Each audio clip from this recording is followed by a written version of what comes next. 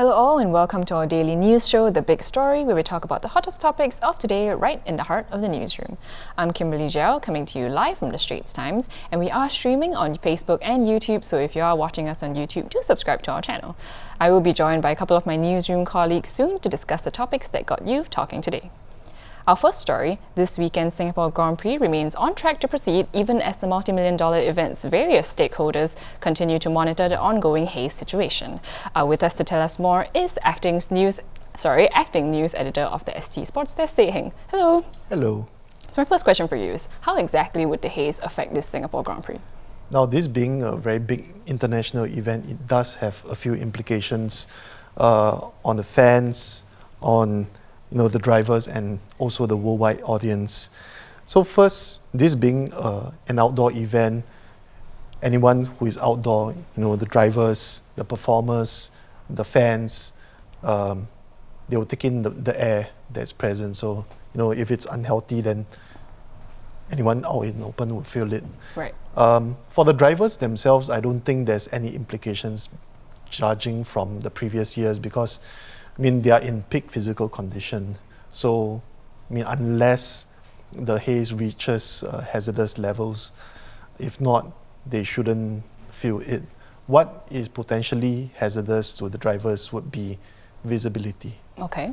So, imagine yourself speeding down, the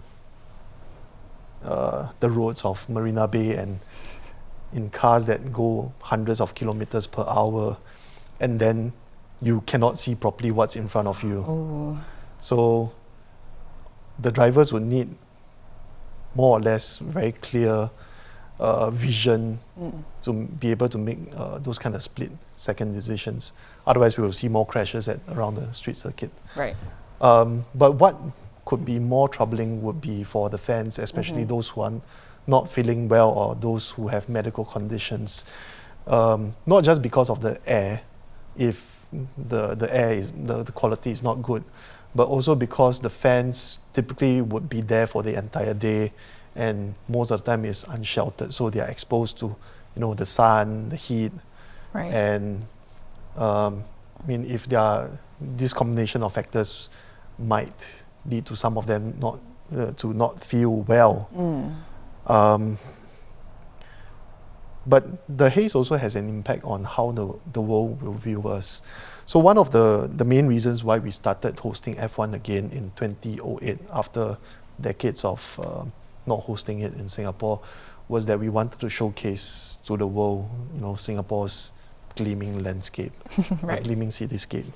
So, recently my colleague David also spoke to Senior Minister of State for Trade and Industry, Chee Hong Tat, who said that the night race gives us a chance to brand ourselves globally, since the race is broadcast to 840 million viewers worldwide. Wow. So imagine if you're watching from overseas and you tune into the Singapore race Right. on a hazy day, and instead of seeing a clear night sky and you see blurry images on TV, and you find out that it's not because there's something wrong with your TV. Right. So it wouldn't do us any good in that sense. So, aside from the more than 800 million viewers, if let's say the haze does reach hazardous levels, what happens then? Is there going to be a plan B? This being a very big international event, of course, there will be a plan B. Okay, let's get that out of the way. So this is not the first time that we are facing a haze situation. And in previous years, the organizers have always said that they will monitor the situation closely. As with this year, they have also said that.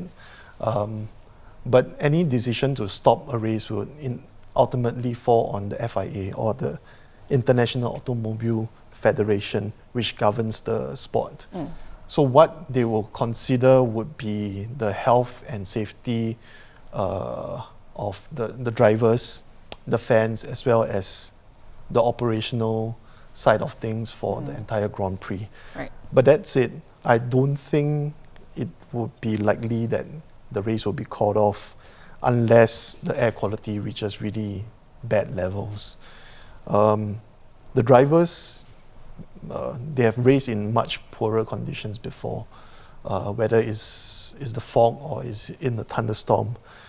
And the organizers for this year's race has already said that those who don't feel well, there's always the N95 mask that's available for fans to buy at the race track, the race area, and those who are not feeling well at the race circuit, they can approach the medical staff on standby.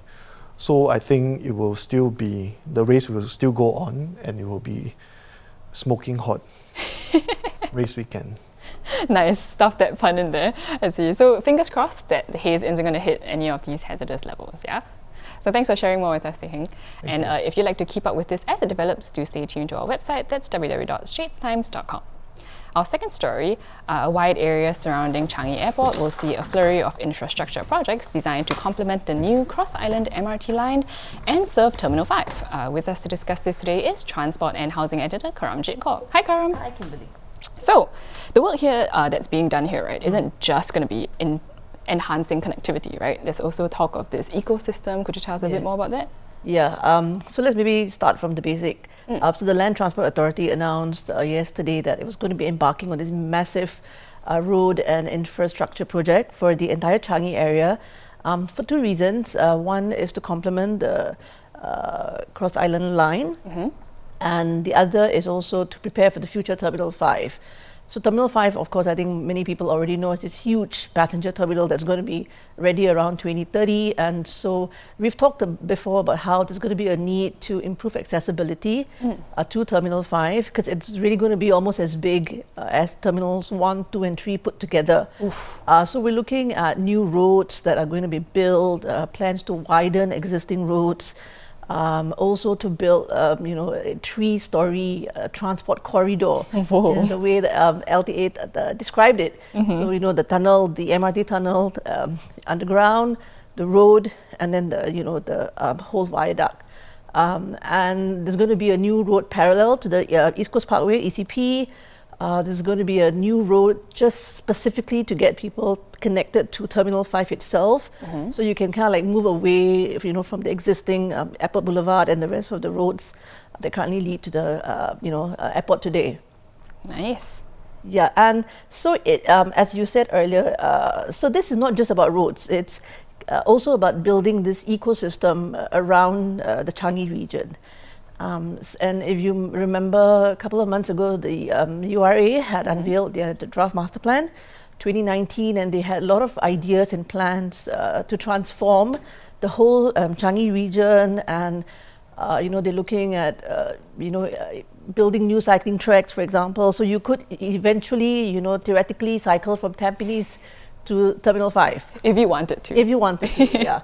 And so that's all part of the plan, and also the whole Changi East Terminal 5 project is not just about building a new terminal. So we're looking at, like I said earlier, work, live and play. So there are also plans to build residential, so units. We're not sure exactly how that's going to work out. And also there's the SUTD, the Singapore University of Design and Technology and Design nearby. So a lot of scope for Changi Airport to work with startups, with researchers, to really harness technology and see how that can then be applied to airport operations. So it's not just about roads and viaducts, as exciting as all those sound. It's about building this entire, almost like an airport city, Right, like a biopolis. Yeah, except that this is an aerotopolis, is what they call an airport city. I see. Yeah. So the Changi Airport Terminal 5 actually has been in construction for years and in planning for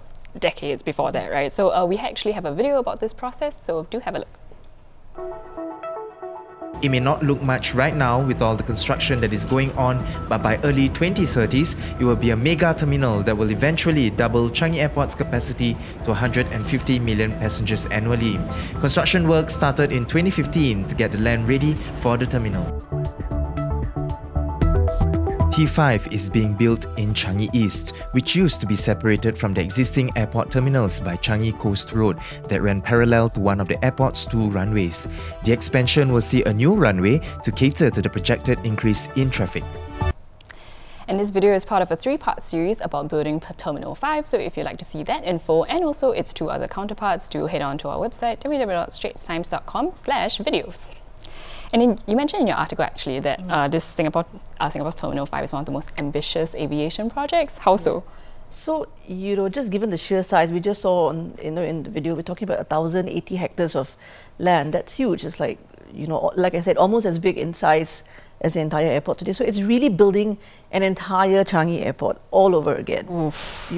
So it's huge and it's significant because, aviation is such a critical part of Singapore's economy, directly accounts for about 3% of GDP, but beyond that, it's so critical for other sectors, whether it's tourism or, manufacturing, everything else, because if you can enhance connectivity to and through Singapore, that in itself is a very attractive factor when you want to attract, businesses and companies to set up base here. And if you look at all the numbers, all the figures, all signs are pointing to the Asia Pacific continuing to grow really strongly. China and India, it's just growing phenomenally, and the demand for air travel in this part of the world is going to just keep growing. And so Changi is, gearing up to expand capacity so that, Singapore can, cash in, so to speak, on this development, because capacity is a huge problem. Infrastructure constraints is a key problem for many airports in this region. Right. And Changi is ahead in terms of long-term planning, which is something that Singapore is very good at. So this really prepares not just Changi Airport, not just the aviation sector, but the entire Singapore economy for the next phase of the growth of the aviation industry. But considering that this is such a big undertaking, like a huge project, right? Would there be people who are concerned about cost? Yeah, so costs is something that has been talked about as always. Consistently, regularly. I've asked many people in many different ways. I've never been able to get anyone to tell me, even off the record, what the total cost of this is going to be. Closest I've ever come is tens of billions. Okay. And yes, it's a huge amount of money, and the government has said that everyone will have to chip in. So in July last year, there was an increase in airport departure fees for travellers. So that's kind of like travellers paying for their share, so to speak. Some increase in airline charges as well.